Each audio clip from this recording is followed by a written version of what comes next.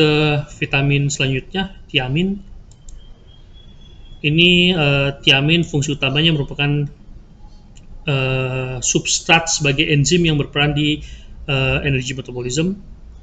Kalau misalnya kekurangan di dalam pakan, akan ada berbagai macam gejala. Pertama terkait dengan neurological disorder, subcutaneous hemorrhage, pendarahan, congested veins, retarded growth, dan poor FCR. Untuk tiamin ini kalau diberikan dalam eksesif, tidak ada efek yang ditemukan. Dan pembelian dalam feed mealnya itu biasanya dalam bentuk kristalin mononitrat.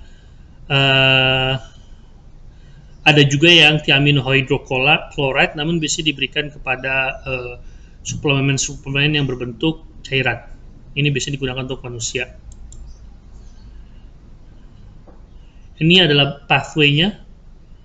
Jadi tiamin nanti bentuk aktifnya adalah tiamin pyrophosphate, dan dia involve di energy metabolismnya ada di glikolisis.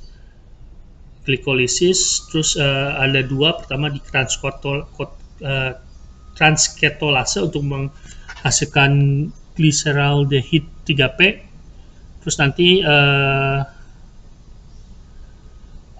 di sini juga fase yang di hijau ini membutuhkan TPP, dan nanti masuk untuk menghasilkan asetyl coenzim A. Dari asetyl coenzim A dia akan masuk siklus Krebs. Di siklus Krebs ini dia akan berguna kembali untuk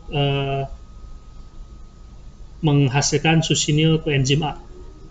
Jadi kalau misalnya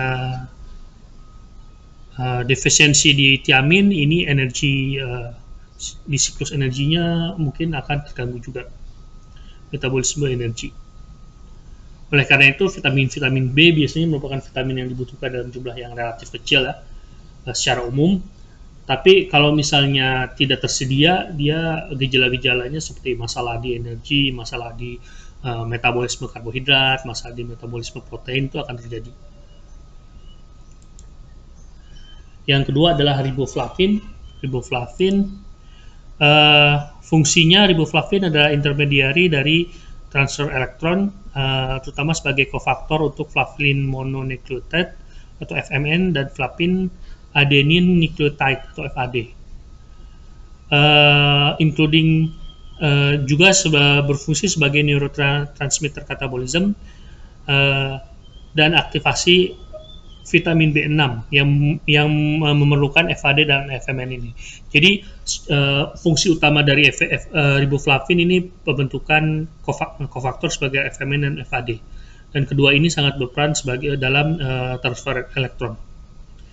Defisiensi yang bisa diamati bisa anoreksia, poor growth, berenangnya agak nggak beres, nggak kayak kemana-mana. Terus dark skin, ada juga katarak, fotofobia, jadi dia menghindari cahaya, dan masalah-masalah di kornea mata.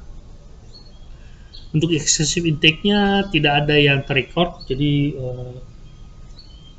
belum ada penelitian menunjukkan bahwa pemberian secara eksesif akan menyebabkan masalah, kecuali memang di masalah biaya saja.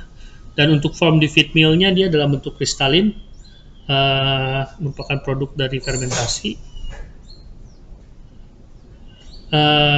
Si riboflavin ini mempunyai properties berupa elektrostatik dan hygroscopic.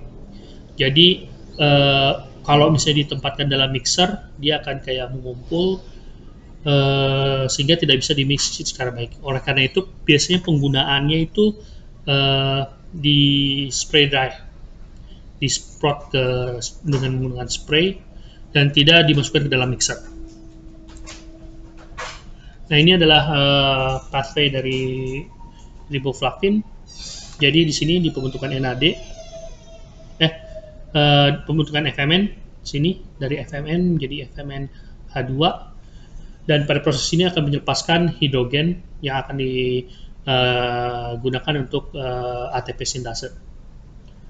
Jadi di sini juga FAD menjadi FAD H2. Kalau misalnya di sini ada masalah, nanti akan di transfer energinya atau pertukaran energinya ini kan akan melepaskan hidrogen, dan hidrogen ini nanti akan dikonversikan menjadi ATP. Jadi proses ininya akan bermasalah. Proses apa? Transfer hidrogennya akan bermasalah. Terus ini juga berfungsi di citric acid cycle. Di sini ada FAD, ada satu proses dari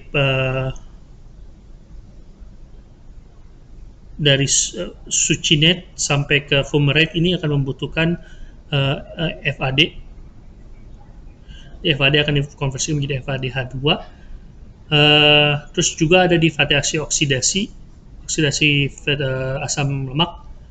Di sini ada yang membutuhkan FAD juga.